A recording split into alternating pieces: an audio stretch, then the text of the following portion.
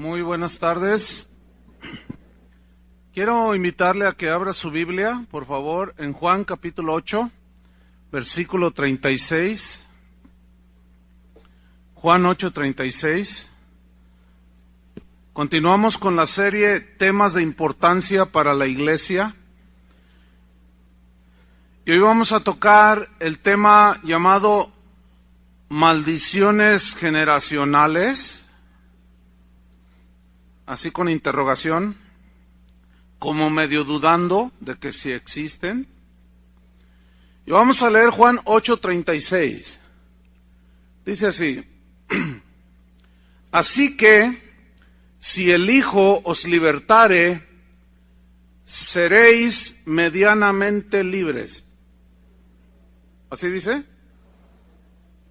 Porque parece que algunos cristianos creen que después de haber recibido a Cristo fueron medianamente liberados, medianamente salvados y medianamente transformados. No, fuimos, según la Biblia, dice que Jesús, si el Hijo os libertare, seréis verdaderamente libres. O sea, no hay duda de que una persona cuando se entrega a Cristo es liberado de las maldiciones, de la condenación del infierno, de todo, porque si no, entonces no es liberación. Entonces, vamos a tratar esta doctrina de las maldiciones generacionales, la cual es relativamente nueva. Hace solo unos cuantos años que fue introducida dentro del cristianismo, mayormente por los predicadores de la prosperidad y de la confesión positiva. Y esta doctrina ha causado mucha inseguridad en los cristianos, mucha intranquilidad, no duermen en paz, están siempre pensando por qué les pasó esto, por qué les pasó aquello. Entonces van y escuchan a algún predicador de las maldiciones generacionales y te dicen, lo que pasa es que es una maldición que tú vienes arrastrando desde tu tatarabuelito, te dicen, ¿no? Entonces, esta doctrina de las maldiciones generacionales se basa básicamente en 4 pasajes del Antiguo Testamento, en los cuales Dios dice así que visitará la maldad de los padres sobre los hijos hasta la 3ª y 4ª generación de los que le aborrecen. ¿Han oído acerca de estas maldiciones generacionales? Entonces, nosotros vamos a estudiar el Deuteronomio 5:9, y vamos a escudriñar sobre el tema para ver en qué consistió en realidad entonces el sacrificio de Cristo en la cruz. Si todavía tenemos que pasar por un rompimiento de maldiciones generacionales o qué. Vamos a Deuteronomio 5:9. Dice así, está hablando acerca de las imágenes. No te inclinarás a ella ni la servirás, porque yo soy Jehová tu Dios, fuerte, celoso, que visito la maldad de los padres sobre los hijos hasta la 3ª y 4ª generación de los que me aborrecen. Los que enseñan esta doctrina interpretan este pasaje de que las maldiciones generacionales son heredadas por los hijos como consecuencia del pecado de sus padres. Ese es básicamente el meollo del centro de esta enseñanza. Es decir, si usted tuvo un padre alcohólico, usted será un alcohólico también. Entonces, eso es una maldición. Por lo tanto, hay que romperla para que usted ya no sea alcohólico. Si usted tuvo un padre adúltero, entonces usted, al ser hijo de su padre, entonces usted será un adúltero. Hay que romper con la maldición del adulterio para que entonces usted ya sea fiel. O por ejemplo, según la enseñanza, implica pues de que un violador engendra otro violador. Y pues si la 3ª generación no quieren que haya violadores en la familia, pues hay que romper con la maldición de las violaciones. Y así sucesivamente, divorcios, enfermedades, ¿verdad? Oiga, pastor, pues mi bisabuelito, mi abuelito y mi papá murieron de cáncer. Y entonces yo me voy a morir de cáncer. No, hay que romper con la maldición, te dicen. Y así sucesivamente. Y bueno, raya muchas veces en lo ridículo, ¿verdad? No vaya a hacerle como aquel hombre que era bien flojo, bien flojo. No le gustaba trabajar. Entonces un día llega un viejito y le dice, yo conocí a tu abuelo, le dice. Y tu abuelo era un hombre trabajador. Y tu padre ni se diga, ese hombre se levantaba a las 5 de la mañana. Y era trabajador, y tú mira nomás qué flojo eres. Y él contestó, bueno, pues es que tanto trabajó mi abuelo y mi padre que yo nací cansado, dice. Ese rompió con la maldición generacional, por puro sentido común. Hay ministerios dedicados exclusivamente a liberar a los cristianos de las maldiciones generacionales. ¿Qué tan bíblico será esto? Según ellos, pues heredamos de nuestros padres todo lo malo que nos pasa, y esas maldiciones están vigentes en nuestra vida. Algunos han llegado al extremo de enseñar inclusive acerca de la autoliberación, o sea que yo me libero a mí mismo, o sea ya ni siquiera es el Señor, ¿verdad? Sino yo mismo me libero. ¿Quién es el libertador? ¿Se libró de la esclavitud de Egipto Israel por sí mismo? No. Actualmente el G12 es el máximo divulgador de esta doctrina extraña. En sus encuentros que ellos realizan, invariablemente, si la gente es cristiana o no, los meten a una sesión durante esos encuentros que le llaman rompimiento de las maldiciones generacionales. Y ahí ellos te hacen una regresión donde te dicen, ¿quién fue tu padre? ¿Qué hizo tu padre? No, pues mi padre pues era brujo aquí de San Martín. ¿Y tu abuelo? No, pues mi abuelo era brujo de Catemaco. ¿Y tu bisabuelo? No, mi bisabuelo fue hermano del papá de Walter Mercado. Entonces ahí se la llevan, ¿verdad? Entonces dicen, no, sobre tu vida hay unas maldiciones terribles, hay que romper con eso. Entonces la gente está ahí creyendo todas estas cosas. Pero escúcheme bien, ni los cristianos del primer siglo, ni los cristianos en 20 siglos hasta a mediados del siglo pasado, ninguno enseñó ni creyó acerca de esta doctrina extraña. No hay un solo versículo en la Biblia donde los apóstoles o los discípulos, no hay un registro en la historia de la iglesia donde los cristianos, los pastores, rompieran con las maldiciones generacionales de los creyentes. No existen, no hay nada al respecto. Muchísimo menos la Biblia habla de una autoliberación por medio de rompimientos y cancelaciones que más bien suenan a conjuros de hechicería que a cristianismo. Entonces nosotros vamos a estudiar al respecto. ¿Qué le parece? ¿Están listos? Bueno, prohibido dormirse. Si usted ve que está ahí su vecino durmiéndose, dile, mira, si no despiertas te vas a quedar con tus maldiciones generacionales. Bueno, mire, una de las reglas de interpretación de las Escrituras dice lo siguiente: se deben tomar en cuenta el contexto inmediato y general del pasaje que se quiere interpretar. Se debe tomar el contexto inmediato y posterior y general, ¿sí?, del pasaje que se quiere estudiar. ¿Qué es el contexto inmediato? Son los versículos que están antes y después del versículo que se quiere estudiar. Ese es el contexto inmediato. El contexto general es lo que dice la Biblia en conjunto. Lo que dice en Génesis, lo que dice en los demás libros de la Biblia hasta llegar a las cartas, a los evangelios. ¿Qué es lo que dice la Biblia en general acerca del tema que se está tratando o de la enseñanza que se está tratando? Ese es el contexto general. Les voy a poner un ejemplo en Proverbios 6:2, y ustedes van a ver cómo la Biblia se encarga de hablar por sí misma. La Biblia es su propio intérprete, es una de las reglas de la interpretación bíblica. La Biblia es su propio intérprete. Pero el problema está cuando tomamos versículos y los sacamos del contexto. Entonces se puede torcer el significado original. Es como esto, mire. Usted recibe una carta de algún familiar allá en los Estados Unidos. Entonces usted abre la carta y comienza a leerla de la mitad. Pregunta, ¿quién lee una carta y empieza a leerla desde la mitad? ¿Quién?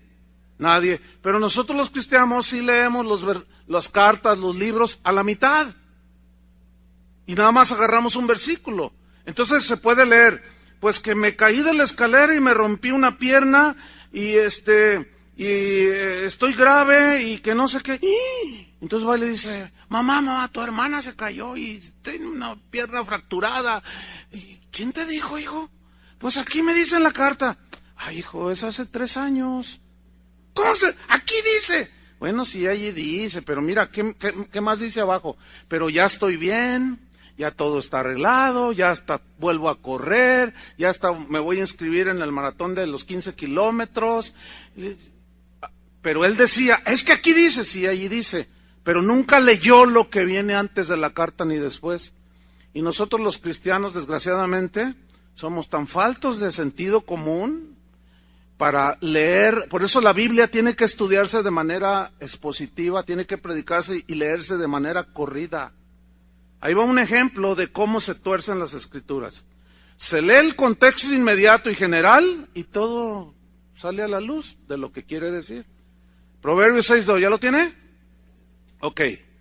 Dice así, te has enlazado con las palabras de tu boca y has quedado preso en los dichos de tus labios. Ok, algunos interpretan que si tú dices algo así como, ay, están haciendo recorte de personal, posiblemente me despidan de mi trabajo. Entonces, los que creen acerca de que confesar positivo o negativo, según lo que tú confieses, eso es lo que tú recibes. Entonces ellos te van a decir, no, cancela esas palabras, porque lo que dice uno recibe, y lo que dices tú te enlazas en los dichos de tu boca, y quedas preso en los dichos de tus labios, y como consecuencia te van a correr del trabajo, te dicen. Entonces, eso sugiere que entonces, si hay recorte de personal en la empresa, y yo digo, no me correrán, ¿significa que no me van a correr del trabajo? Pero ¿qué tal si yo oro? Ay, qué diferente. Le digo, Señor, yo necesito el trabajo. Yo te pido que pues me ayudes a hallar gracia y que me dejen el trabajo. Y si me despidieren, Señor, gracias porque yo sé que tú no me vas a dejar sin trabajo. ¡Qué diferente! Porque si entonces lo que yo digo recibo, entonces ¿para qué quiero a Dios? ¿Para qué oro? Si lo que yo digo y confieso, eso se hace. Bueno, muchos dicen que este versículo se refiere a eso y lo interpretan así. Bueno, vamos a ver el contexto inmediato del versículo. ¿Qué es el contexto inmediato? Lo que viene antes. Vamos a leer el versículo 1. Y vamos a ver si está hablando de que tú recibes lo que dices. Proverbios 6:1 dice, hijo mío, si saliereis de fiador por tu amigo, si has empeñado tu palabra a un extraño, te has enlazado con las palabras de tu boca y has quedado preso en los dichos de tus labios. ¿De qué está hablando, hermanos? El asunto es que en tiempos pasados, cuando alguien salía de fiador por su compadre, era de palabra. No es como el día de hoy que tienes que firmar un pagaré. Entonces llegaban los de Écar de Gas allá con José, allá en Egipto, y le decían, oiga, pues usted puede ser fiador de su compadre, Nehemías. Entonces decía, sí, si él no paga, yo pago, yo respondo por él. Y valía tanto la palabra que bastaba con comprometerse con lo que se decía. Por eso dice en el versículo 5, escápate como gacela de la mano del cazador y que como ave de la mano del que arma lazos. Mira, este mismo pasaje vamos a leerlo en la versión Palabra de Dios para Todos. Dice así, hijo mío, si te has hecho fiador de tu amigo o te has hecho responsable de la deuda de un extraño, te has comprometido al dar tu palabra. tus propias palabras te atraparon.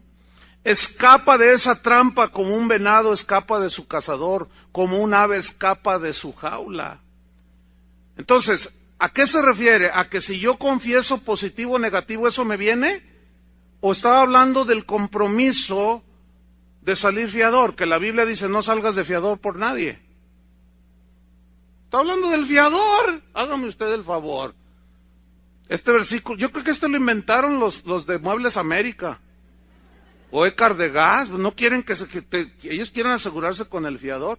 Pero luego llegaron estos hermanos y agrediendo el sentido estricto del significado, castigan y tuercen el significado de los textos. No sé si me expliqué. Ahora, el contexto general acerca de que si yo digo algo positivo, eso me viene, el contexto general en la Biblia lo echa por tierra. Por ejemplo, Jesús dijo, no todo el que me dice Señor, Señor entrará en el reino de los cielos. O sea, no porque alguien dice, Jesús es mi Señor, Jesús es mi Señor, ya es del Señor, automáticamente, ¿verdad que no? Entonces, vemos que en ese y otros muchos pasajes, que ese concepto es errado. ¿Por qué? Porque se saca del contexto inmediato y del contexto general de lo que enseñan las Escrituras. Espero me haya explicado. Ahora, vamos a Éxodo 20, versículo 5, que son los versículos que toman los que creen en las maldiciones generacionales. Y vamos a estudiarlas en el contexto inmediato y en el contexto general de la Biblia, a ver si es verdad de que los hijos heredan las consecuencias del pecado de sus padres. Vamos a ver. Éxodo 20, versículo 5 dice, no te inclinarás a ellas ni las honrarás, porque yo soy Jehová tu Dios, fuerte, celoso, que visito la maldad de los padres sobre los hijos, hasta la tercera y cuarta generación de los que me aborrecen, y hago misericordia a millares a los que me aman y guardan mis mandamientos. Bien. Haciendo mención al principio de interpretación que acabo de mencionar, este texto, sin considerar su contexto inmediato, ni su contexto general, parece decir que los hijos serán castigados por los pecados de sus padres, ¿sí o no? Eso es lo que parece que dice, que los hijos llevarán las consecuencias del pecado de sus padres. Bueno, vamos a ver si eso es lo que en realidad enseña la Biblia, o qué es lo que trata de decirnos ahí. Vamos a hacer 6 observaciones. Número 1. Las maldiciones que dice aquí que vendrán, solo están sobre aquellos que odian a Dios. Pregunta, ¿usted odia a Dios? Ahí está, ya, para empezar. ¿Tienen efecto sobre usted? No.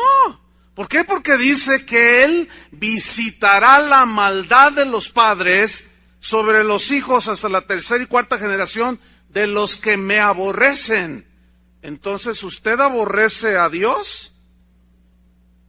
Pero los de las maldiciones generacionales dicen, no, pero tu papá era brujo de Catemaco. Y él era anticristo, él no creía en Dios. Ahora, la pregunta es esto, ¿eso enseña la Biblia que los hijos pagan por el pecado de los padres? Bueno, eso lo vamos a ir descubriendo a medida que vamos viendo el contexto general de la Biblia, ¿ok? En segundo lugar, el castigo que habla aquí, porque que visito la maldad visitar significa castigar. Viene una palabra hebrea, pakat, que significa castigar. Entonces lo que dice allí es que Dios castiga la maldad de los padres sobre los hijos, pero sacado de su contexto así, pues parece decir que Dios va a castigar en los hijos la maldad de los padres. Bueno, el segundo punto es que el castigo no es para aquellos que aman a Dios, eso ya quedó establecido, ¿sí o no? ¿Para quién es el castigo? Para los que aborrecen a Dios. Entonces, supongamos que su padre, su papá de usted, o su bisabuelo, porque a lo mejor aquí está tu papá, o tu bisabuelo, lo más seguro es que ya no esté. Tu bisabuelo era el violador de Tlajomulco. Pues imagínate tener un abuelo violador. Eso es algo terrible, ¿no? Entonces, según esta doctrina, como tu bisabuelo, que es la cuarta generación, ¿sí? O sea, es tu bisabuelo, tu abuelo, tu padre y tú.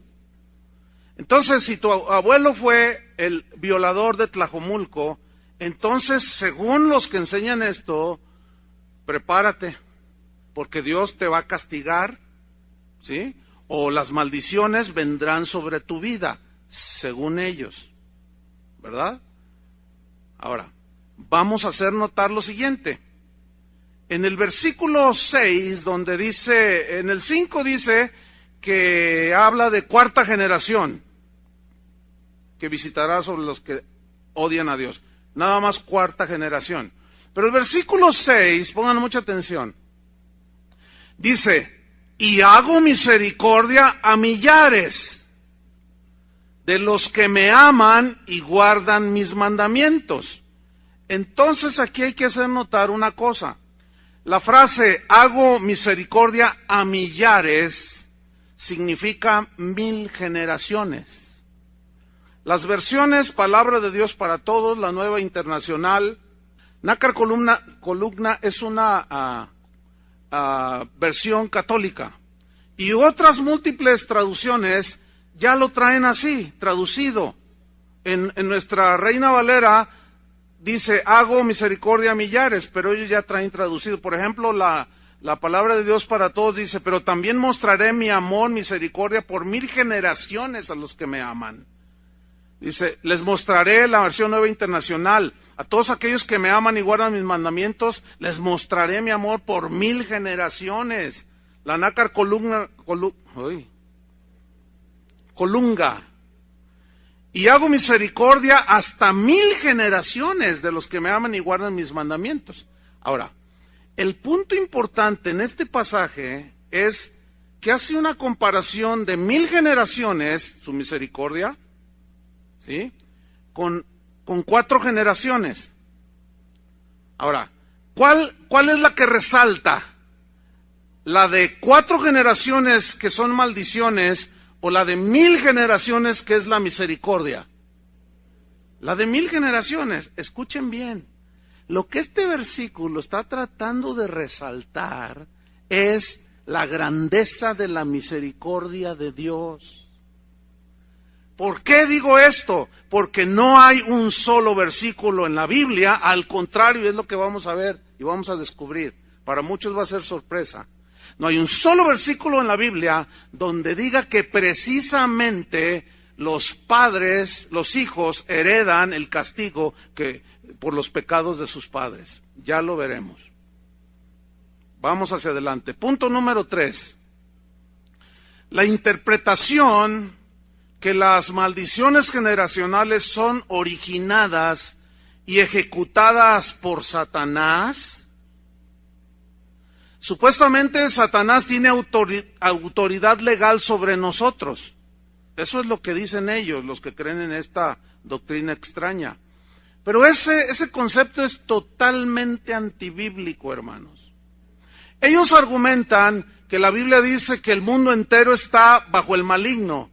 Es verdad, así dice ese versículo. ¿Pero qué significa? Pregunta, ¿usted vive en el mundo? ¿Sí o no? Sí, aunque ya no somos del mundo. Ok. ¿Significa entonces que si el mundo entero está bajo el maligno, usted está bajo el poder del maligno? Es obvio que no. Están bajo el poder y la influencia del maligno los que desobedecen a Dios. Pero nosotros no.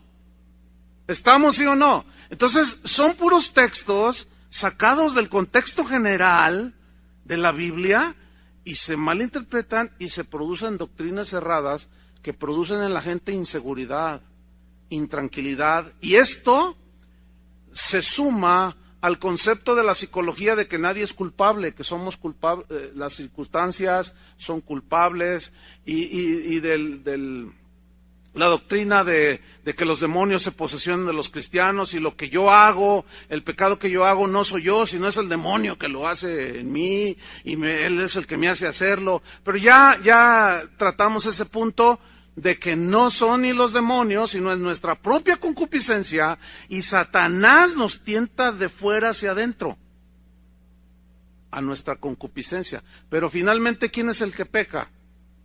¿O quién es el que deja de pecar? Nosotros. Ok. Entonces, hay que observar en este tercer punto algo muy interesante, porque el versículo, vea el versículo de Deuteronomio, de Éxodo 25, quiero que lo tenga allí presente, porque el texto es claro y nos dice que el que maldice a los que se postran ante las imágenes y el que castiga, ¿quién es? ¿Dios o Satanás? A ver, yo quiero que usted lo vea en la Biblia. ¿Quién es el que dice, visito la maldad de los padres sobre los hijos? ¿Dios o Satanás? Entonces, ¿quién es el que castiga y trae la maldición a cumplimiento? ¿Quién es el que lo hace? ¿Dios o Satanás? Bueno, eso hay que observarlo claramente, porque los de las maldiciones generacionales dicen que es Satanás el que tiene el dominio, el control y el que ejecuta eso porque tiene autoridad legal sobre la gente. Entonces él es el que tortura por medio de un cáncer, por medio de divorcios, por medio de abortos continuos, y es una maldición. Escúcheme bien, aquí no dice que es el diablo. ¿Quién es el que hace el castigo? Dios. Ok, más para que quede bien claro. Pregunta. Supongamos que efectivamente las maldiciones se heredan, el castigo de las maldiciones se heredan. Pregunta, ¿quién puede romper la maldición que Dios estableció? ¿Ah? ¿Quién? ¿Habrá uno? ¿Ve cómo solito está cayendo esto? Por ejemplo, usted tiene una vecina que se está muriendo de cáncer. Entonces usted va a orar por ella. Entonces la señora dice, es que mi bisabuela murió de cáncer, mi abuela murió de cáncer, mi madre murió de cáncer, y ahora yo estoy con cáncer aquí. Entonces, si usted es de esas que creen en las maldiciones generacionales, usted le dice, eso es una maldición que está sobre tu vida, pero ahorita voy a orar. Entonces se pone, ¿verdad? Dice, en el nombre de Jesucristo, cancelo toda maldición. Oiga, espérame. ¿Cómo se atreve usted a quitar de la gente algo que Dios está allí en su ira y en su enojo porque rechazan a Cristo? ¿Quién es usted para hacer eso? ¿Qué se creen los que andan haciendo ese tipo de oraciones? ¿Por qué las hacen? Todo es producto de la ignorancia. No sé si me estoy explicando. Y de una malísima interpretación de las Escrituras, hermanos. Invocar el nombre de Jesús para romper una maldición que Dios tiene sobre los que le aborrecen es totalmente irracional, es contradictorio, es absurdo. Y los que lo hacen así se encuentran luchando contra Dios, ¿o no? Están muy serios. Algunos les está costando trabajo digerir esto porque probablemente han escuchado mucho acerca de este asunto. Y probablemente algunos todavía siguen rompiendo el demonio de diabetes. Y todavía usted está diabético. ¿Qué pasó ahí? Bueno, sigamos estudiando. En cuarto lugar, el contexto general de la Biblia contradice la idea o la creencia de que los hijos pagan por los pecados de sus padres hasta la tercera y cuarta generación. La Biblia en su contexto general echa por tierra que los hijos sean destinados para recibir maldiciones porque su padre fue brujo, o fue esotérico o espiritista. Porque si así fuera, ponga atención, entonces también funcionaría a la inversa. Mi abuelo fue un tremendo pastor, mi bisabuelo, ¿sí? 4ª generación. Mi abuelo fue un hombre que amó a Dios con todo su corazón. Mi padre fue un hombre recto, íntegro, entregado a Cristo. Mi padre. Entonces, automáticamente yo heredo la bendición de ser un hombre de Dios. Bueno, es que si opera con las maldiciones, ¿por qué no opera con las bendiciones? ¿Sabe por qué? Porque eso no existe en la Biblia. Y lo vamos a ver. Vaya abriendo su Biblia en 1 de Samuel 12, versículo 3. 1 de Samuel 12, 3. ¿Ha oído hablar del profeta Samuel? Aquel que fue concebido por la oración de su madre. ¿Se acuerdan que dame un hijo y le dio a Samuelito? Y estaba desde niñito allí con su vestido de sacerdote. Ahí estaba. Ministrando, dice. Bueno, usted sabe que Samuel fue un hombre. Nadie puede dudar de que fue un hombre entregado a Dios. ¿Estamos, sí o no? Que fue un hombre obediente, celoso, íntegro, recto. Amó a Dios con todo su corazón. Y miren lo que Samuel le hace unas preguntas a unos que lo acusaban a él. Miren lo que dice. 1 Samuel 12:3. Aquí estoy, dice. Atestiguad contra mí delante de Jehová y delante de su ungido, o sea, de él. Si he tomado el buey de alguno le he robado su auto. Si he tomado el asno de alguno, atestiguad ahorita, enfrente de Dios, y acúsenme si yo le he robado a alguien su asno. Si he calumniado a alguien, si he agraviado a alguno, o si de alguien he tomado cohecho para cegar mis ojos con él, y os restituiré. Si yo hice algo así, voy a restituir. Entonces dijeron, nunca nos has calumniado ni agraviado, ni has tomado algo de la mano de ningún hombre. ¿Qué estaban reconociendo? Que era un hombre recto, que era un hombre de Dios, que era un hombre que amaba de todo corazón a Dios. Ok, ¿me están siguiendo, verdad? Ok. Esto supone entonces que los hijos de Samuel debían de heredar las bendiciones generacionales. ¿Sí o no? Porque mi debate aquí en este punto es, ¿por qué las maldiciones generacionales sí se heredan y por qué las bendiciones no? Y como dice la Biblia, o todos coludos o todos rabones, ¿verdad? O funciona para unos y funciona para lo otro, y pues es un razonamiento lógico, ¿no? Pero vamos a ver a 1 de Samuel 8:1. Entonces, se entiende que era un hombre de Dios tremendo, etcétera. Tuvo 2 hijos. 1 de Samuel 8:1. Vamos a ver qué pasó aquí. Alguien debe estar equivocado. Dice, aconteció que habiendo Samuel envejecido, puso a sus hijos por jueces sobre Israel. Y el nombre de su hijo primogénito fue Joel. Y el nombre del segundo, Abías, y eran jueces en Bérseba. Pero no anduvieron los hijos por los caminos de su padre. Antes se volvieron tras la avaricia, dejándose sobornar y pervirtiendo el derecho. ¿Saben qué provocó todo eso?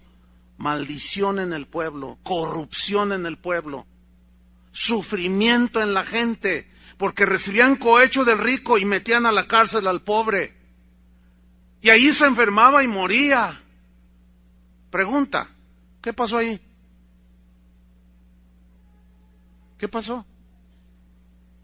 Estamos viendo entonces que el contexto general de la Biblia no dice, no enseña que los hijos van a pagar las consecuencias del pecado de sus padres, porque si así fuera, entonces también heredaríamos por 1000 generaciones las bendiciones de Dios.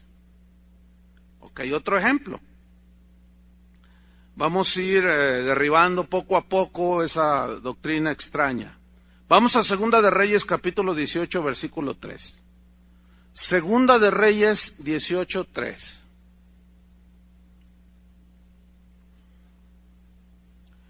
Dice así, aquí está hablando del rey Ezequías, que fue un rey amado por Dios, y quedó en la historia de Israel como uno de los mejores reyes. Bajo su reinado, la gente encontró a Dios, la gente vivía contenta, feliz, etcétera. Dice Segunda de Reyes 18:3, hizo lo recto, o sea, Ezequías, hizo lo recto ante los ojos de Jehová, conforme a todas las cosas que había hecho David su padre. Versículo 8. Cuando dice David su padre es de generaciones atrás, que viene del linaje de David. Versículo 8. ¿Qué hizo Ezequías? Mira lo que hizo. Quitó los lugares altos, quebró las imágenes, cortó los símbolos de acera, hizo pedazos la serpiente de bronce que había hecho Moisés, porque hasta entonces le quemaban incienso los hijos de Israel, y la llamó Neustán, que significa esa cosa de bronce. Y estos ya la estaban adorando ahí a la serpiente, imagínate. Entonces llegó Ezequías tenía un entendimiento, no te harás imagen, no te inclinarás, no harás esto. Y él dijo, no, esto trae maldición, trae consecuencias y va a haber males entre el pueblo. Por eso empezó a limpiar todo, versículo 8. En Jehová el Dios de Israel puso su esperanza, significa su confianza también. Ni después ni antes de él hubo otro como él entre los reyes de Judá. Versículo 6. Porque siguió a Jehová y no se apartó de él, sino que guardó los mandamientos que Jehová prescribió a Moisés. Y Jehová estaba con él, y donde quiera que salía, prosperaba. O sea, Dios lo bendecía, hizo mucho bien ese hombre. Ok. Según la teoría de las maldiciones generacionales, la parte 2 de las maldiciones generacionales serían las bendiciones generacionales. ¿Sí o no? Y según esta teoría, los hijos de Ezequías debían de recibir la pura bendición. ¿Sí o no? Debía de ser gente que amaba a Dios. Bueno, vamos a ver qué sucedió con su primogénito de Ezequías, que se llamó Manasés. Vamos a 2 Reyes 21, versículo 1. Se muere el piadoso rey Ezequías. Deja todo un reino sólido, fuerte, lleno de la presencia de Dios. Y comienza a reinar su hijo Manasés. Dice, de 12 años era Manasés cuando comenzó a reinar. Y reinó en Jerusalén 55 años. El nombre de su madre fue Epsiba. Mira el versículo 2. E hizo lo malo ante los ojos de Jehová. ¿Qué pasó allí? Según las abominaciones de las naciones que Jehová había echado de delante de los hijos de Israel. ¿Qué hizo el versículo 3? Porque volvió a edificar los lugares altos que Ezequías su padre había derribado. A ver. Supuestamente, si Ezequías quitó los lugares altos, él debía de heredar bendición, ¿no es cierto? Por generaciones. Pero no, dice que hizo lo malo y volvió a levantar los lugares de idolatría. Entonces, eso implica que los descendientes de Manasés iban a recibir el castigo por haberse inclinado imágenes, porque yo visitaré a los que hacen esto, visitaré la maldad de los padres sobre los hijos hasta la 3ª y 4ª generación. ¿Sí o no? Ok, seguimos leyendo. Versículo 3. Y levantó altares a Baal, e hizo una imagen de acera, como había hecho Acab, rey de Israel, y adoró a todo el ejército de los cielos, y rindió culto a aquellas cosas. Vamos al versículo 5. Y edificó altares para todo el ejército de los cielos. Y en los 2 atrios de la casa de Jehová, allí los puso, fíjate. Y pasó a su hijo por el fuego. O sea, uno de sus hijos se lo ofreció a Moloc, un ídolo abominable. Y se dio a observar los tiempos. y fue agorero, e instituyó encantadores y adivinos. Esos eran los ancestros de Walter Mercado. Dice, multiplicando así el hacer lo malo ante los ojos de Jehová para provocarlo a ira. Ok, suponiendo que las bendiciones generacionales no se heredan. Supongamos, ¿no? Que ese es el tema del debate ahora, de la enseñanza. Pero las maldiciones sí se heredan. Y Dios va a visitar la maldad hasta la cuarta generación. ¿Ok? Entonces, según esta teoría, los hijos de Manasés deben pagar las consecuencias de la idolatría de su padre, ¿sí o no? De la hechicería, de los encantamientos y todas esas cosas, según la creencia de las maldiciones generacionales. Ok, vamos a ver 2 de Reyes 21:18, porque Manasés se muere y sube al trono su hijo Amón. 2 de Reyes 21:18. Acuérdense que estamos viendo el contexto general de la Biblia para sacar a luz si es verdad que los hijos pagan las consecuencias de los pecados de sus padres. ¿Estamos? Ok. Dice 2 de Reyes 21:18, y durmió Manasés con sus padres. Dormir significa morir, es un lenguaje hebraico. Y fue sepultado en el huerto de su casa, porque nunca alguien que se duerme lo sepultan. Si no, imagínense que ahorita sepultaríamos a 10.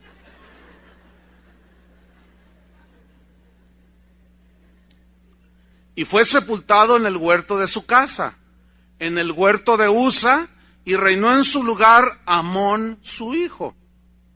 Ahí está Amón, versículo 19. De 22 años era Amón cuando comenzó a reinar, y reinó 2 años en Jerusalén. El nombre de su madre fue Mesulemet, hija de Harús, de Jotba. Versículo 20. E hizo lo malo ante los ojos de Jehová, como había hecho Manasés su padre, y anduvo en los caminos en que su padre anduvo, y sirvió a los ídolos a los cuales había servido su padre, y los adoró, y dejó a Jehová, el Dios de sus padres, y no anduvo en el camino de Jehová. A ver. Vamos poniendo las cosas en orden. Según la doctrina de las maldiciones generacionales, Amón procedió de esa manera porque Dios, o Satanás dicen ellos, lo tenía atado y estaban operando en él las maldiciones generacionales.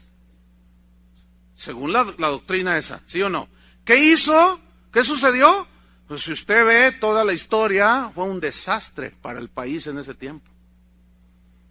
Un desastre, porque había corrupción, había de todo lo malo, ¿sí? Entonces, allí estos textos de Manasés, que fue un rey impío, y su hijo Amón, pues es de los favoritos de las generaciones maldiciones generacionales. Y dicen, ya ves, ahí está, o sea, se repitió el patrón. Entonces hay que romper con esa maldición para que entonces ya todos sean buenos. Eso es lo que dicen ellos. Pero resulta que Amón también tuvo un hijo. Se llamó Josías. Vamos a 2 de Reyes 21-25. Si ustedes se fijan, estamos leyendo así seguidito, y la Biblia está hablando por sí misma. Entonces, según la teoría o la enseñanza extraña de que Dios visitará, castigará hasta la cuarta generación de los que lo aborrecen, como fue Amón, entonces pobre de Josías, ¿no es cierto? Iba a estar esclavo, su esposa iba a abortar, se iba a enfermar de cáncer, todas las calamidades habidas por haber. Un desastre el pobre Josías, según esa doctrina. Vamos a ver qué sucedió. 2 de Reyes 21:5. Los demás hechos de Amón no están todos escritos en los libros de las crónicas de los reyes de Judá. 26. Y fue sepultado en su sepulcro en el huerto de Usa, y reinó en su lugar Josías su hijo. Bueno, quiero informarle que el número que sigue del 21 es el 22. Este sí es una revelación que deberían todos de recibir.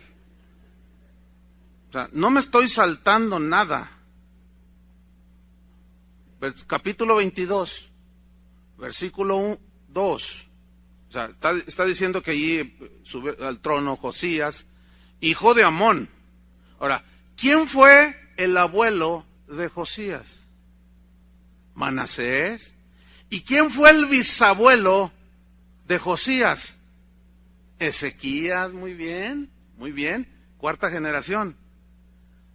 2 terribles y 2 buenos. ¿Qué pasó, mis estimados enseñadores de las maldiciones generacionales?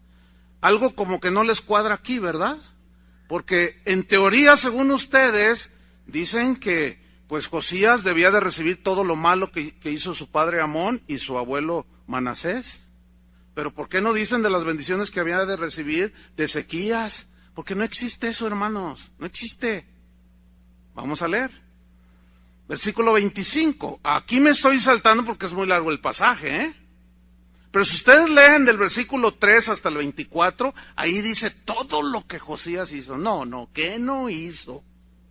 En verdad, mire, lo primero que hizo fue limpiar la casa del Señor, restablecer la adoración, el culto a Dios, y la gente comenzó a acercarse otra vez a Dios. Promovió que se enseñara la palabra de Dios. Empezó a hacer obras en la ciudad, en el país, empezó a prosperar, y él obedecía a Dios, tumbó todas las imágenes, tumbó todos los símbolos, todos los centros idolátricos, los derribó. A Moloc lo cortó en 2, desapareció y limpió toda la tierra de aquello que es causa de maldición. Dice el versículo 25, Segunda de Reyes 23, 25. No hubo otro rey antes de él. Y aquí viene la clave. Que se convirtiese a Jehová de todo su corazón y de toda su alma y de todas sus fuerzas, conforme a la ley de Moisés. Ni después de él nació otro igual. A ver. Yo tengo una pregunta. ¿Qué pasó aquí? ¿Qué pasó con el asunto de las maldiciones generacionales? Porque según ellos, Josías debía de heredar todas las tendencias malas, todos los pecados, ese es el castigo, ¿verdad?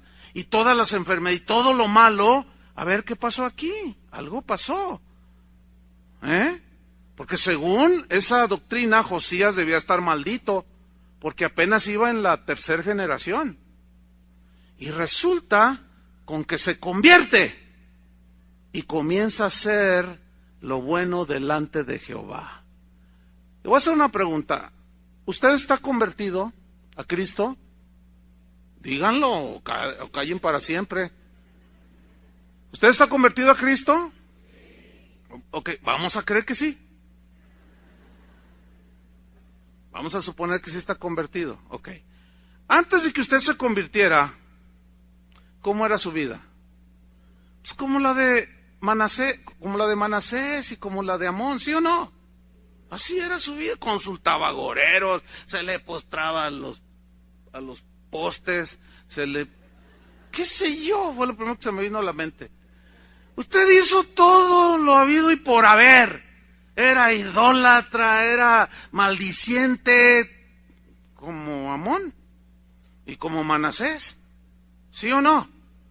Pero cuando usted se convirtió, si es que usted está convertido, ¿qué sucedió? De modo que si alguno está en Cristo, ¿se le sigue postrando a los postes? ¿Sigue maldiciendo? ¿Alguien dijo amén? Bien.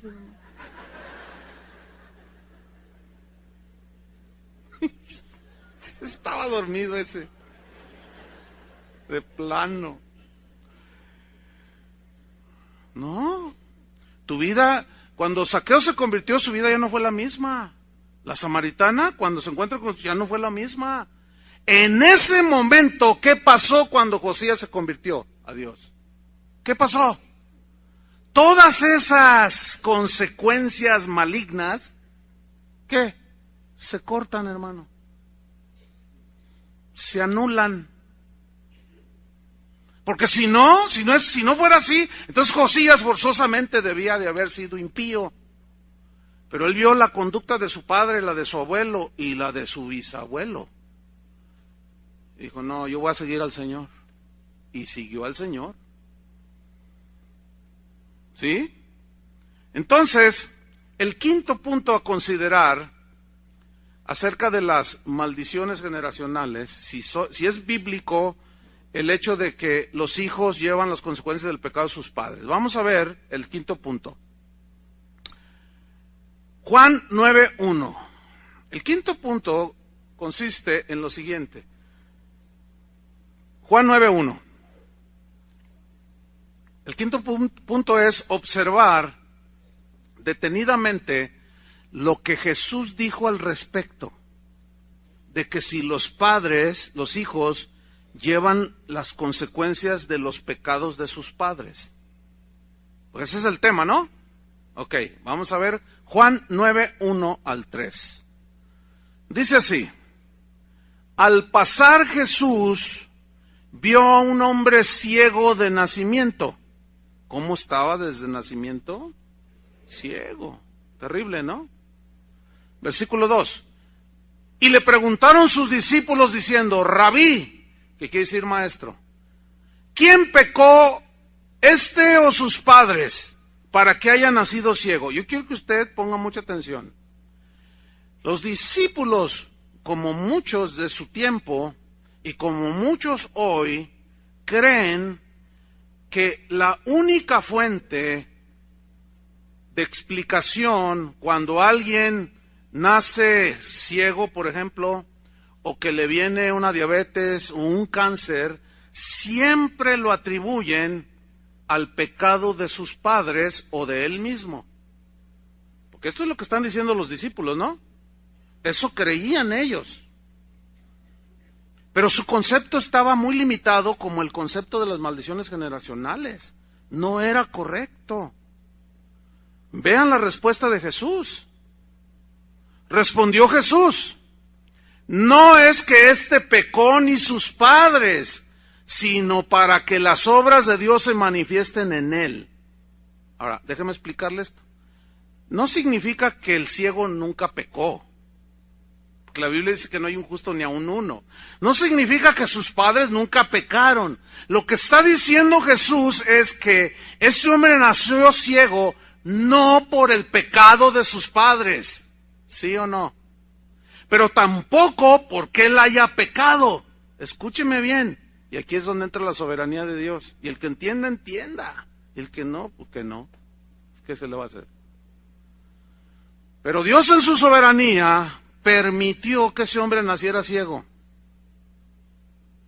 ¿Para qué y por qué? Para que cuando Cristo pisara la tierra, en ese momento se encontrara con ese ciego que lo iba a sanar, todos los demás vieran que Jesús era Dios, que Jesús era el Hijo de Dios. Eso está en la soberanía de Dios. Entonces alguien puede decir, no, pero ¿por qué? Dios no puede provocar nada de eso. Dios no puede. No, entonces ¿por qué nació ciego? No dice que fue el diablo, no dice que fue por el pecado de sus padres, ni siquiera por su pecado, sino que nació así para que Dios mostrara su poder y su gloria. A ver, explícame eso. ¿Ah? ¿Por qué le dio cáncer a mi abuelita? Si es la viejita más linda del universo. Bueno, nadie lo duda. Y mis bisabuelos, los padres de ella, amaban a Dios. Eran gente buena. ¿Por qué está sufriendo con ese cáncer?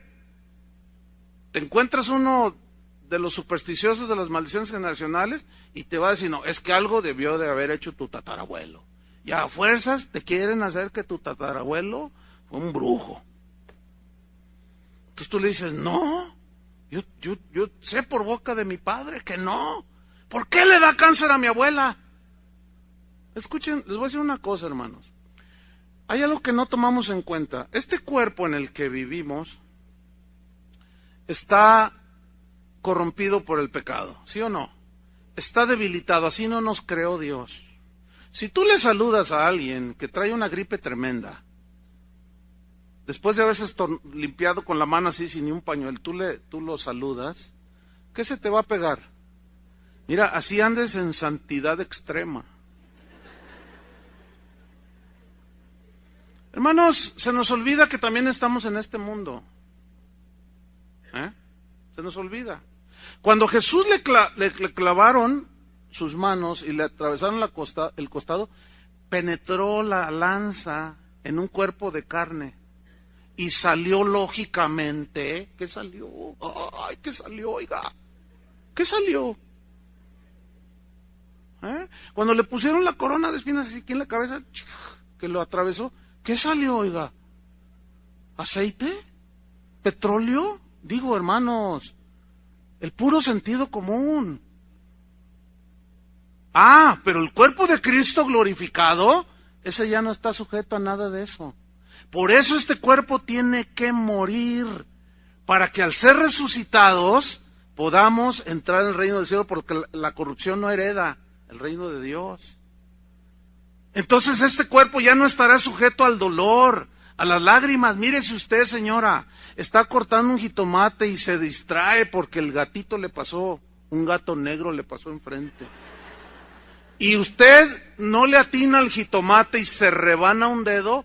Mire, yo le aseguro, le aseguro que le sale sangre.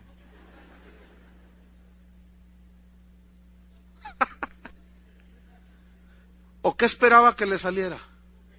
¿O qué esperaba? Que usted diera el machetazo y si no le atina al leño y usted tiene los 3 dedos así, ¿qué le va a pasar?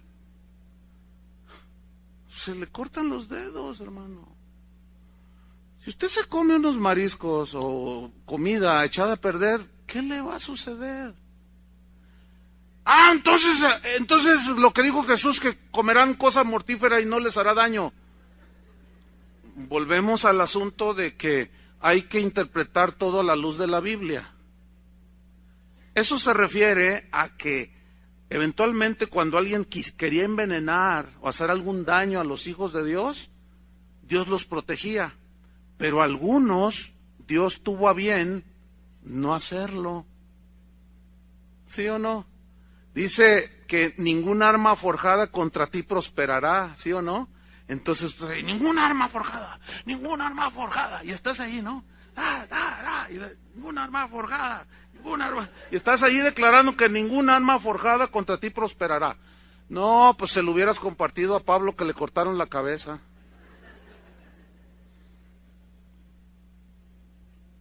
¿No? ¿O sería que a lo mejor Pablo no tenía esa revelación? No sé. A lo mejor era un ignorante de la confesión positiva. Pamplinas, hermanos. Son puras mentiras eso. La Biblia no enseña eso.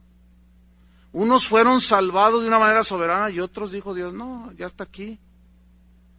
¿Cuántos de ustedes quieren predicar? A ver, ¿les gustaría predicar? ¿Les gustaría que les pasara lo que Esteban? ¿Debut y despedida? ¿En su primer sermón lo apedrearon? No, si eso pasara, yo les aseguro, ¿por qué? Porque así Dios quiso. Pero te llegan los de las maldiciones generacionales y te dicen, no, es que hay una maldición sobre ti. ¿Cómo es posible? El diablo se lo llevó. ¿Cómo que el diablo se lo llevó? Miren, vamos rápido, Ezequiel 18. Por si queda algún vestigio ahí, alguna dudita, vamos a Ezequiel 18.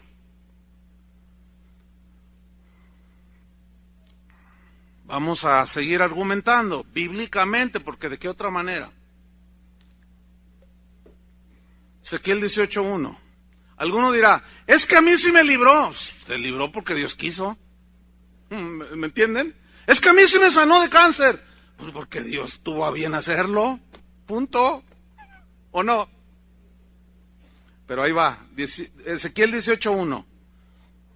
Dice así: vino palabra de Jehová, vino a mí palabra de Jehová diciendo, ¿qué pensáis vosotros, los que usáis este refrán? Pongan mucha atención a los que usáis este refrán sobre la tierra de Israel, que dice el refrán: los padres comieron las uvas agrias y los dientes de los hijos tienen la dentera. ¿Qué es esto? Significa lo siguiente: dentera aquí significa que los dientes se destemplaron. O sea, lo que está diciendo Dios es esto: ustedes dicen que los padres se comieron las uvas agrias y los dientes de los hijos se destemplaron. Es como esto: yo me como la piña ácida y mi hijo David está todo ahí destemplado. ¡Ay! ¡Ay! ¿Cuántos saben que así no es? Es como esto: la amargura que tú tienes porque alguien te ofendió es un veneno que está ahí en tu alma. Es un veneno que tú te tomas y quieres que se muera el otro. No, te vas a morir tú, yo te lo digo así claramente. Te vas a morir tú en la amargura. Tú eres el contaminado de amargura, tú eres el amargado. Pero es que aquel me hizo, pero ¿quién se amargó? Tú. ¿Quién decidió amargarse? Tú. Entonces había ese refrán en Israel y decían: lo que el padre hizo, al hijo le va a rebotar también. Y mira lo que dice el versículo 3. Vivo yo, dice Jehová, que nunca más tendréis por qué usar este refrán en Israel. ¿Saben por qué dijo esto? Porque Dios nunca dijo eso que ellos creyeron, como los que creen de las maldiciones generacionales, que los hijos iban a recibir las consecuencias del pecado de sus padres. Dios nunca ha dicho eso. Aquí está, versículo número 4. He aquí, dice, todas las almas son mías. ¿De quién son? ¿Del diablo o de Dios? Hermano, pero el mundo entero está bajo el maligno, sí, pero ¿quién está encima del maligno? Finalmente todo es de Dios. Todas las almas son mías, como el alma del Padre, así el alma del Hijo es mía. El alma que pecare, esa morirá. Aquí está una vez más. Ya no puedes echarle la culpa a nadie. El demonio, el mundo. Es que mi papá me abandonó cuando era niño. Es que mi madre me tiró en el baldío cuando era niña. Es que mi tío abusó de mí. Es que mi abuelita me pegaba con su bastón porque le comía el piloncillo. Bueno, es que yo hacía. Y me daba garrotas. El piloncillo es un dulce, porque luego van a empezar con 20,000 correos. ¿Qué es el piloncillo? Ya se los dije. No me manden correos. El alma que pecare, esa morirá. ¿Te fijas cómo Dios está diciendo, nada de que lo que hizo el padre va a llevar la consecuencia el hijo? Nada. Ese refrán, ¿de dónde lo sacaron? ¿Por qué usan ese refrán? ¿Qué no entendieron? Se los voy a decir claro ahora. El alma que pecare, esa morirá. Si peca el padre, él será responsable de su pecado. Si peca el hijo, él será responsable de su pecado. Pero no anden trasladando nada. Versículo 5. Sigue diciendo el Señor, porque lo que está diciendo aquí es el Señor, Y el hombre que fuere justo, pongan atención, e hiciere según el derecho y la justicia, que no comiere sobre los montes, o sea, de idolatría, ni alzare sus ojos a los ídolos de la casa de Israel, ni violare la mujer de su prójimo, ni se llegare a la mujer menstruosa, ni oprimiere a ninguno, que al deudor devolviere su prenda, que no cometiere robo, que diere de su pan al hambriento y cubriere al desnudo con vestido, que no prestare a interés ni tomare usura, que de la maldad retrajere su mano, e hiciere juicio verdadero entre hombre y hombre, en mis ordenanzas caminare, y guardare mis decretos para hacer rectamente, este es justo, este vivirá, dice Jehová el Señor. Ahora, si este justo, como Ezequías, mira lo que dice el versículo 10, mas si engendrare hijo ladrón, Ahora, fíjate todo lo que dice que un hombre justo, como Ezequías, ¿no es cierto? Y si este justo, que caminó con Dios, hizo la voluntad de Dios, engendrare hijo ladrón, ¿qué? ¿Qué pasó allí? A ver, bueno, ahí te lo dice.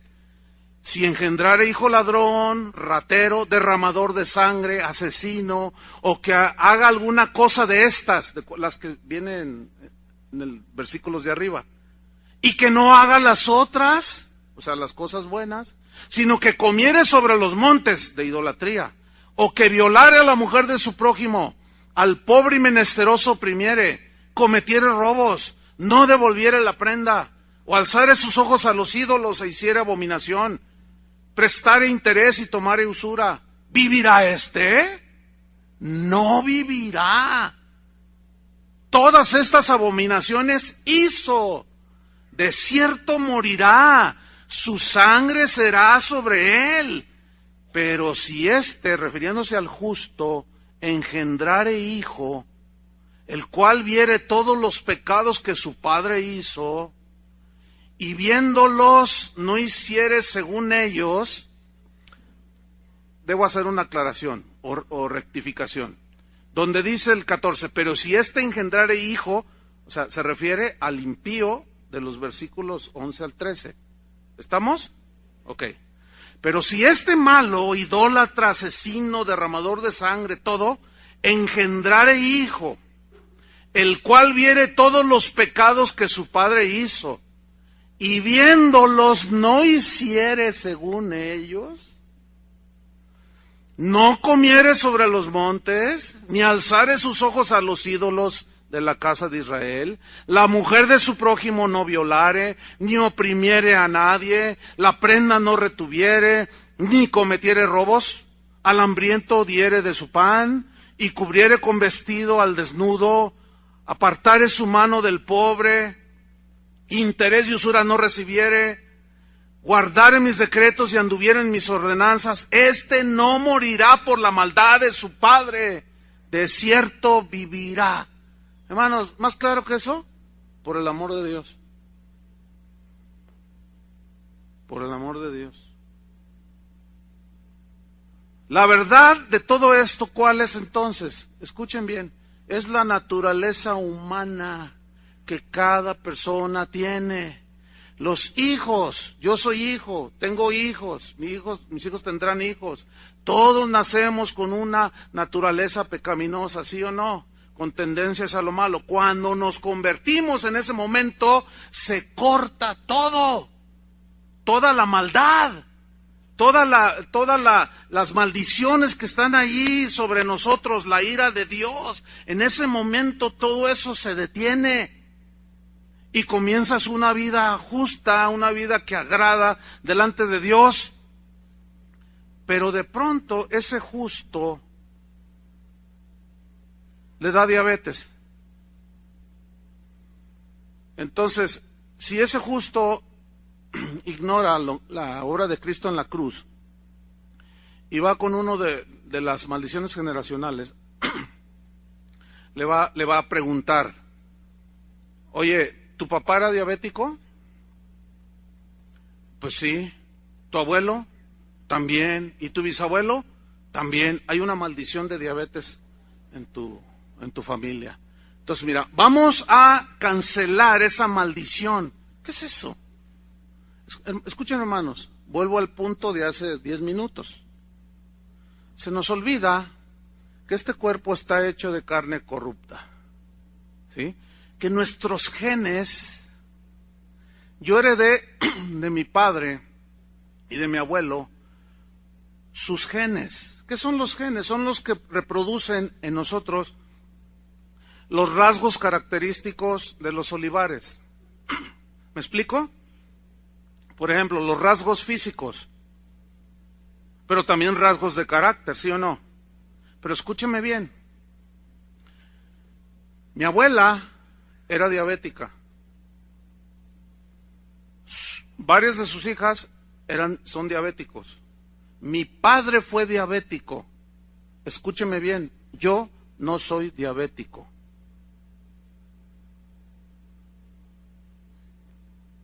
es que ha de haber roto las maldiciones generacionales. No, fíjate, lo que hago es que no me pongo de este tamaño. Porque mis genes tienen tal corrupción que tienen ya la tendencia a que si yo peso 150 kilos y le entro a las carnitas y le entro al pozole, y todo eso me gusta, pero lo como allá una vez cada 6 meses, qué sé yo.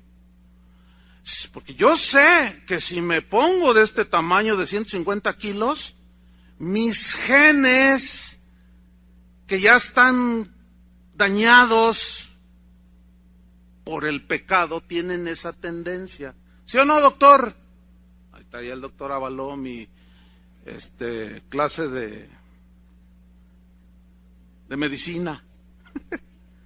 No, y le bajo al azúcar, ¿me entiende? Pero no, ahí está el que tiene diabetes y bueno, pues le entra duro. Entonces el otro dice, no, hay que cortar la maldición. Entonces ora y corta la maldición y el hermano se muere de diabetes. A veces Dios lo sana. Dice, mi padre, escúcheme bien, en los años que tuvo a partir que le diagnosticaron, porque sí, hubo un tiempo que estaba bien gordito y eso propicia. Escúcheme bien, ni una sola vez tuvo crisis de diabetes. ¿Sabe por qué? Porque el doctor le dijo, tiene que llevar esta dieta, tiene que hacer esto, y al pie de la letra lo hizo, y nunca sufrió las consecuencias de la diabetes. Pero algunos están diabéticos y dicen, es que ya no voy a tomar Coca-Cola. No, ni una sola te atrevas. Y luego van a la tienda y escondidas se la toman. Y luego al rato están con las piernas así, todos. Entonces, ¿por qué, Dios mío, por qué? Dios también nos dio una inteligencia, hermanos, ¿entienden? Fíjate bien, si tú, no es cuestión de maldiciones generacionales, es cuestión de genética, por el amor de Dios. Si tu madre, tu abuelo, tu bisabuelo murieron de cáncer y un hermano le dio cáncer, fíjate bien qué es lo que están comiendo.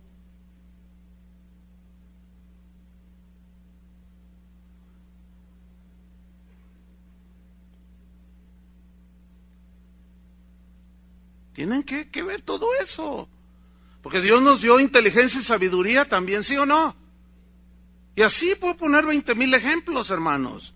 Entonces, porque si la solución fuera, yo cancelo la maldición de la diabetes, entonces ya no va a haber diabéticos. El problema es que pasan los años y luego el hijo que está de tamaño ya salió diabético también. Y la hija y el nieto. Entonces, ¿qué no cancelaron las maldiciones? ¿Qué no las cancelaron? Pues es que eso no existe, mi estimado. Que pasa es que le entran mucho a los carbohidratos y al azúcar y a todo eso. Bájenle y verán que la maldición se acaba.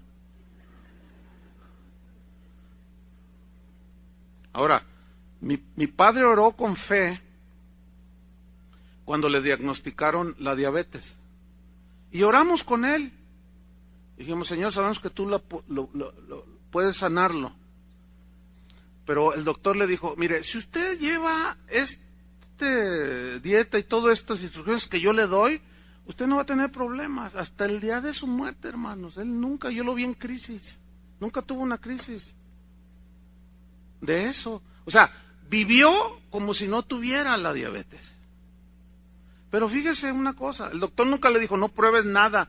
Dice, si prueba esto poquito, y era bien disciplinado el viejito. Entonces, ¿qué pasó allí? ¿Quién cortó la maldición? Pues era su genética. Y nosotros traemos esa genética. ¿Sí o no dicen eso la medicina? Entonces, si usted tiene padres diabéticos, pero te cuentas uno de esos, de las maldiciones, y dice, no, hay que cancelarla. Hay que anularla. Entonces, la anulan y le entran, pero si duro, al pozole, y aumentan a 140 kilos y les da. Y luego dicen, ¿qué pasó aquí? Lo que pasa es que no se trata de eso, sino se trata de, en este caso, de usar la sabiduría que Dios nos da. ¿O acaso creen que confesando los pecados de los antepasados, pidiendo perdón por ellos, atando y desatando, haciendo guerra espiritual, podremos eliminar esas supuestas maldiciones generacionales? No, hermanos. Todo es consecuencia de nuestros propios errores, de nuestros propios pecados, que ciertamente son perdonados, pero acuérdense bien de esto, y aquí es donde creo que viene la confusión, y con esto estoy terminando. Ya lo he explicado, lo voy a explicar de nuevo. Se convierte un hombre, tuvo 7 mujeres, 35 hijos, y se convierte de a de veras, cambia su vida. Entonces un día llega, pastor, necesito que ore por mí. A ver, ¿cuál es la necesidad? Es que no me ajusta el dinero. Pues ¿cuántos hijos tienes? 35. Pues es que yo fui muy malo, hermano, pero ya no le hago a eso, pero tengo responsabilidad. No, está bien, hermano. Hermano, pero ¿por qué Dios me tiene en esta? No, espérame, no es Dios. Son las consecuencias de tus pecados. Mire, aquí hemos tenido casos de gente que fumó durante 30 años. Se convirtieron, dejaron el cigarrillo. Y a los 10 años les dio cáncer en los pulmones. Y cuando los diagnostican y les hacen los estudios, oiga, usted tiene una pared de nicotina en sus pulmones, tiene cáncer, está invadido. Entonces, el cristiano no entiende, si no está bien entendido en la Biblia, en la palabra, entonces dice, ¿por qué, Dios mío, si yo ya soy tu hijo? ¿Por qué? ¿Por qué? Porque tu cuerpo, mi estimado hermano, tarde o temprano te cobra la factura. Aquí hemos tenido casos de gente que fue alcohólica, dejó el alcoholismo, al paso de 2-3 años, cirrosis hepática, hermanos, y se murieron de cirrosis hepática. Pero ya no tomaban, pero traían el hígado destrozado. ¿Qué pasó allí? ¿Fue una maldición? No, hermano, por el amor de Dios. Volvemos al mismo punto. Entonces, ¿qué hay que hacer? Enfrentar las consecuencias del pecado, pero no diga que son maldiciones generacionales, hermano. Que fue por el pecado de su papá y que por las consecuencias de que su abuela era bruja y que no sé cuánta cosa. No. Nuestros pecados ya como cristianos han sido perdonados, ¿sí o no? Pero vivimos en este mundo, hermanos, sujetos todavía a las lágrimas, a la tristeza y al dolor. ¿Sí o no? Entonces, con esto termino, hermano. Porque algunos me dirán, oiga, pastor, entonces usted no cree en que Dios pueda libertar a los cautivos. Claro que puede liberar a los cautivos, claro que sí creo.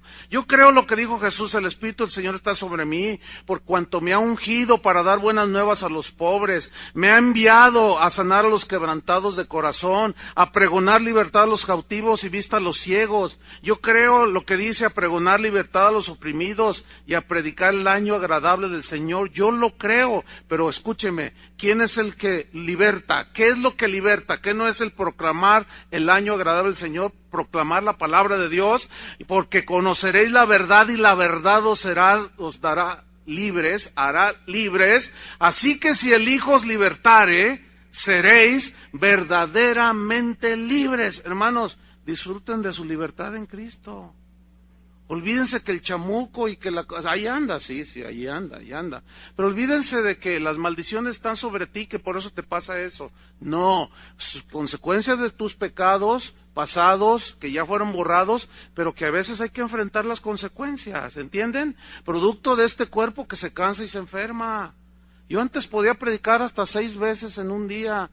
Ahorita no saben cómo me siento. Y apenas va la segunda. Ya no es lo mismo, hermanos. Y yo puedo decir, por fe. Esa frase tan manoseada de por fe un montón están endeudados.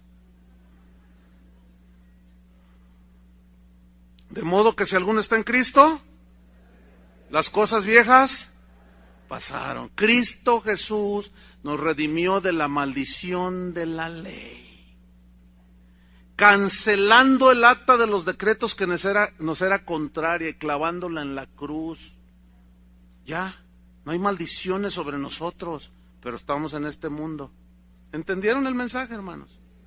Oremos y disfrutemos la libertad en Cristo. Te damos gracias, Señor, por tu palabra. Gracias porque verdaderamente al conocer la verdad nos hace libres. Ya no tenemos excusa para decir que somos así, que hacemos esto porque hay una maldición sobre nosotros, porque nosotros estamos pagando las consecuencias de los errores de nuestros padres. No, no. El alma que pecare llevará las consecuencias. Nosotros somos responsables de nuestras acciones. Y muchos de nosotros, muchos viven las consecuencias de su vida pasada, pero esto no significa que estén en maldición, sino que como estamos en un mundo natural, físico, sujeto a leyes y principios que no pueden ser inquebrantados. Hay enfermedades, hay virus que infectan al cristiano, al ateo y al que sea.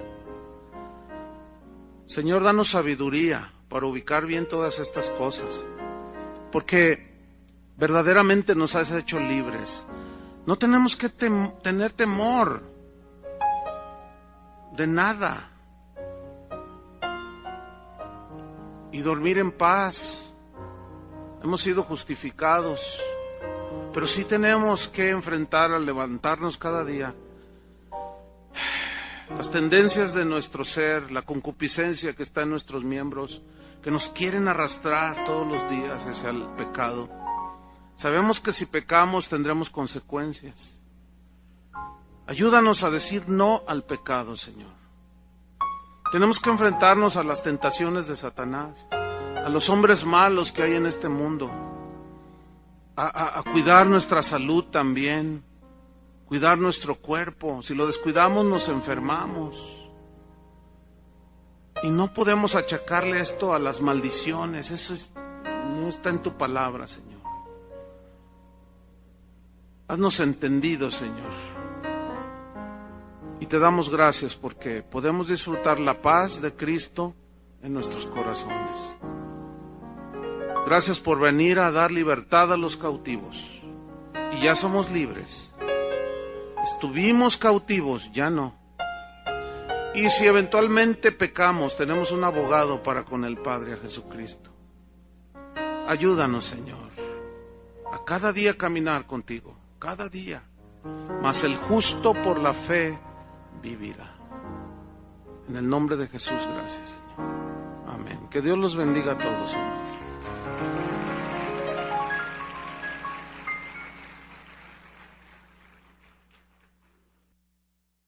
Maldición, te dicen. Y así sucesivamente. Y bueno, raya muchas veces en lo ridículo, ¿verdad? No vaya a hacerle como aquel hombre que era bien flojo, bien flojo. No le gustaba trabajar. Entonces un día llega un viejito y le dice, yo conocí a tu abuelo, le dice. Y tu abuelo era un hombre trabajador. Y tu padre ni se diga, ese hombre se levantaba a las 5 de la mañana.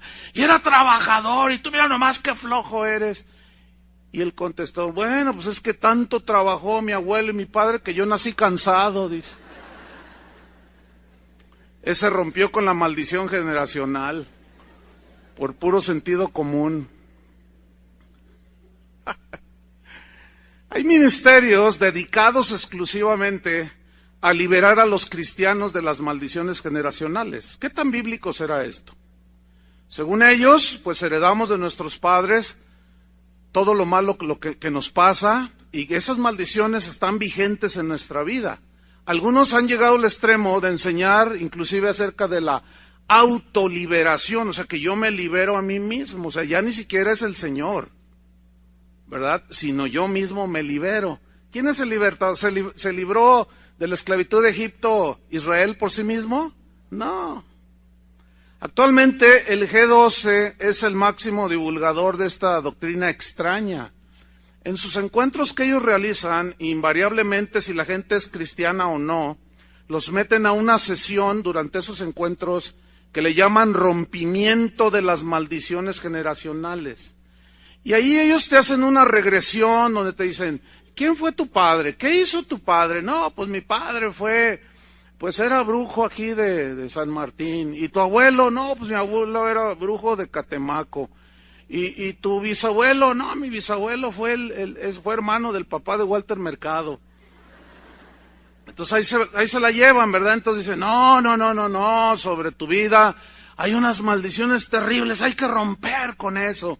Entonces la gente está ahí creyendo todas estas cosas.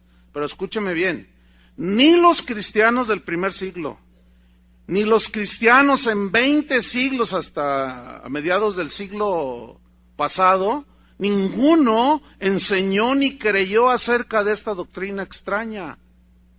No hay un solo versículo en la Biblia donde los apóstoles o los discípulos, no hay un registro en la historia de la iglesia donde los cristianos, los pastores, rompieran con las maldiciones generacionales de los creyentes. No existen, no hay nada al respecto.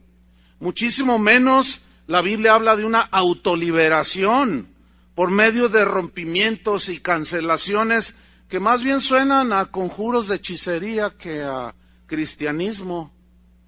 Entonces nosotros vamos a estudiar al respecto. ¿Qué le parece? ¿Están listos? Bueno, prohibido dormirse. Si usted ve que está ahí las maldiciones generacionales, la cual es relativamente nueva.